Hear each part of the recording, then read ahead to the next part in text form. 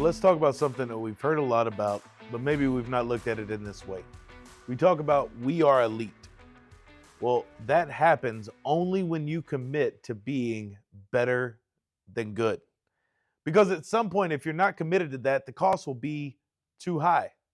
You'll get frustrated, you'll get tired, you'll start asking yourself, is it even worth it? And if you're not committed to being better than good, the answer will eventually be no. Now, that's not any of us listening and watching this because we're here, but we could just as easily not be because the weight is heavy, the work is hard.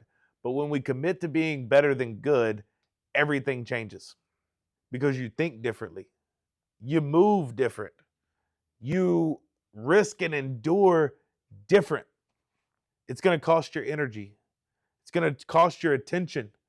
It's gonna cost your emotions and your thoughts and everything that comes into this mentality of being better than good.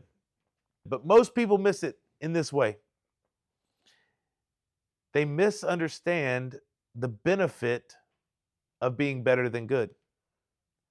Because when you're committed to that, when you care more about the details, you get trusted with more responsibility. When you care about people, you're trusted with more leadership. When you care about results, you're trusted with more opportunity. When you're committed to being better than good, that means you care more. You're going to progress in your life. It's just that simple. Now, the frustrating part is that we don't know how long that takes. But I am a testament, and I believe many of you are as well. When you're committed to being better than good, you'll care more, and it will eventually always pay out.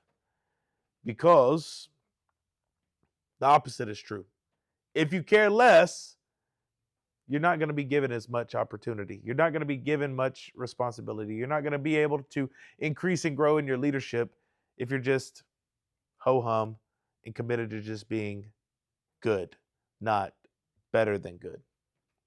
The second thing I want to talk to you about is when you're committed to being elite, and part of that is being better than good, you'll risk more.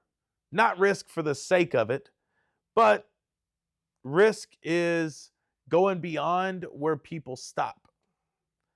You're risking going further without the clear prize at the end of it.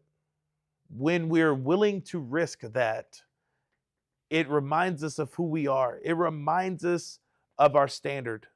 It reminds us that it doesn't matter what happens, I'm going to hold true to who I am, and I'm going to risk time, energy, effort for the sake of being better than good. We're not thinking small. We're not playing safe.